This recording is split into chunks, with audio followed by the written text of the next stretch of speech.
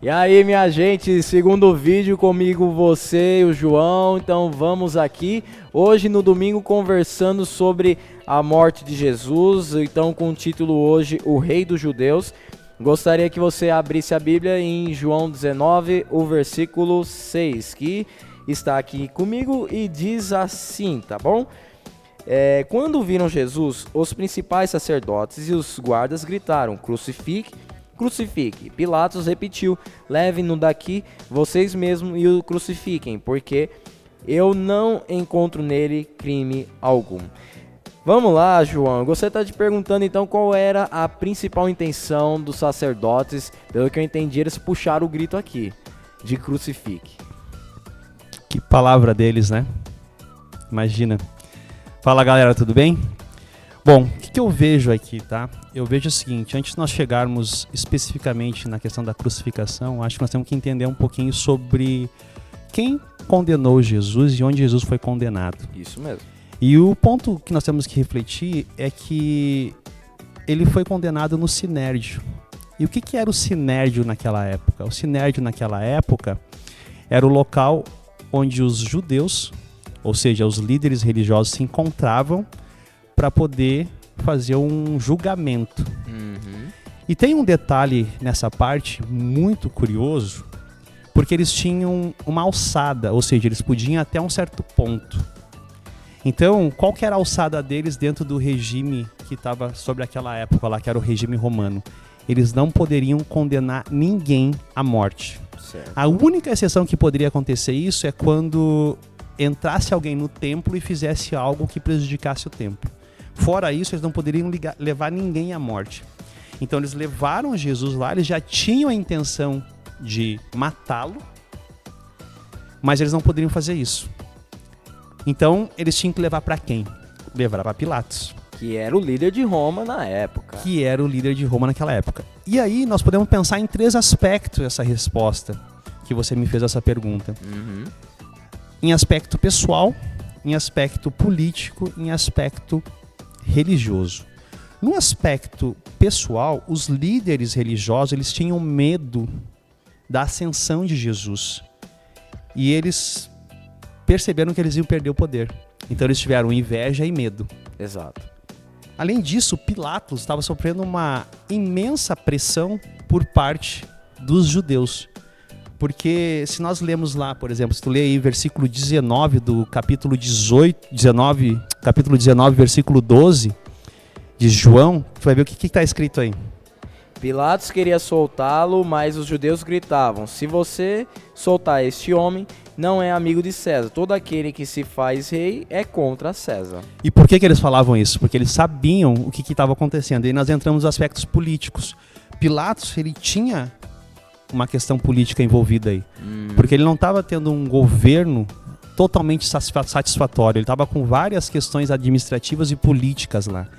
Então ele sabia, se ele fosse contra César, que era o imperador, ele estava indo contra a autoridade. Então ele tinha como uma obrigação condenar Jesus. Então olha quanto que é forte isso.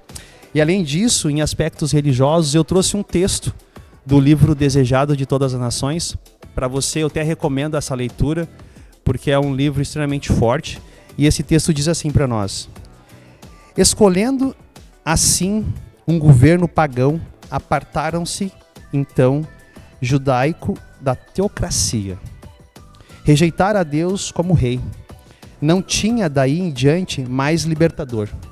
Não tinha rei senão César. A isso os sacerdotes e doutores levaram o povo.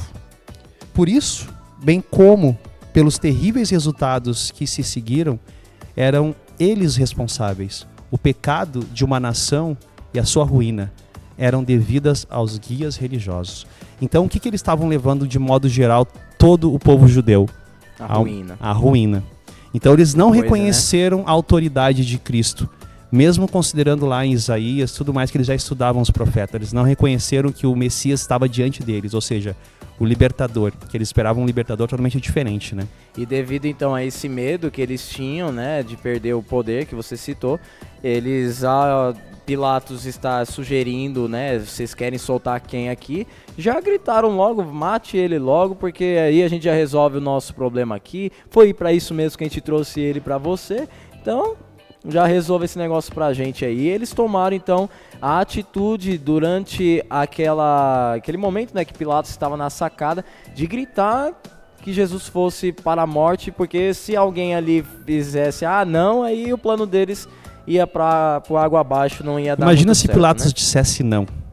E ele poderia? Poderia, mas ele não fez porque ele estava preso com os judeus, né? Calma, que Pilatos a gente vai conversar especialmente sobre Mais ele sobre- amanhã. Muita calma. Vamos lá pro próximo verso. Manda aí o próximo verso que a gente vai ler então. Vamos ler Mateus capítulo 21, versículo 9? Opa! Vamos ler João capítulo 19, versículo 19. Não, eu vou deixar porque todo mundo erra, cara, de boa. Vamos lá que acontece, é normal. Diz assim, ó. Pilatos escreveu também um título e colocou no alto da cruz. O que estava escrito era: Jesus Nazareno, o Rei dos Judeus. Então Pilatos mandou escrever, né, uma frasezinha que inclusive nós vimos ontem, né, na imagem da nossa famosa tirinha da semana, Rei dos Judeus. Então eu gostaria de estar te perguntando como as ações romanas na crucificação de Jesus reconhecem meio que... Eles não falaram que estavam reconhecendo, mas acabaram reconhecendo que Jesus era realmente o Rei dos Judeus aí pelos relatos bíblicos e históricos. Perfeito. Vamos abrir Mateus capítulo 21, versículo 9? Mateus 21, Versículo 9. diz assim, e as multidões, tanto as que iam adiante dele, como as que o seguiam, clamavam: Hosana ao filho de Davi, bendito o que vem em nome do Senhor, Hosana nas maiores alturas. Jesus estava chegando em Jerusalém nesse momento, e ele estava dizendo: Hosana ao filho de Davi. Então eles estavam reconhecendo ali quem era ele, correto? Uhum.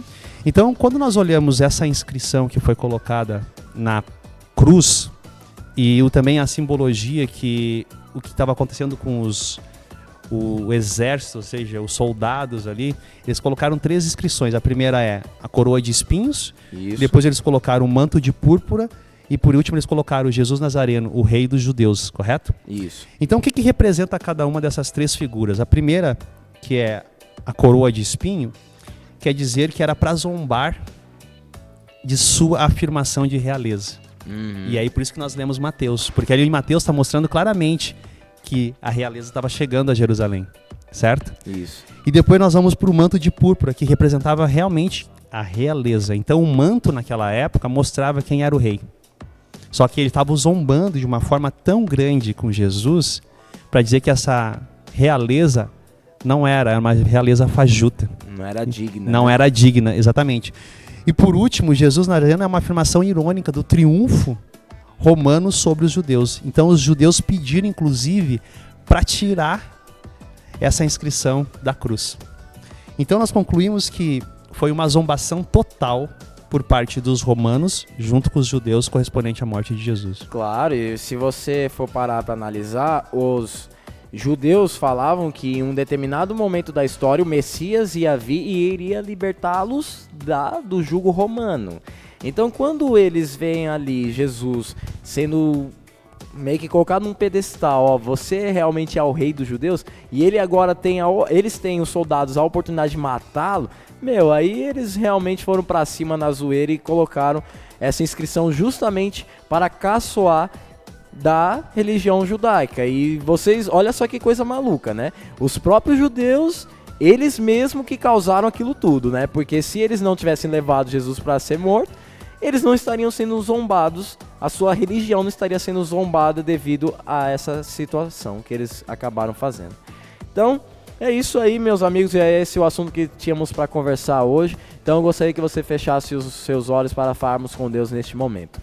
Obrigado, Senhor, porque conversamos hoje sobre este assunto, que o Senhor esteja conosco para que o Rei dos Judeus, seja hoje o nosso Rei, não de uma coroa de espinhos, mas de uma coroa gloriosa. Sabemos que o Senhor está hoje nas mansões celestiais e que Amém, esse Rei possa habitar em nossos corações. É isso que eu te peço, em nome de Jesus. Amém? Amém. Até amanhã, meu amigo. Até amanhã.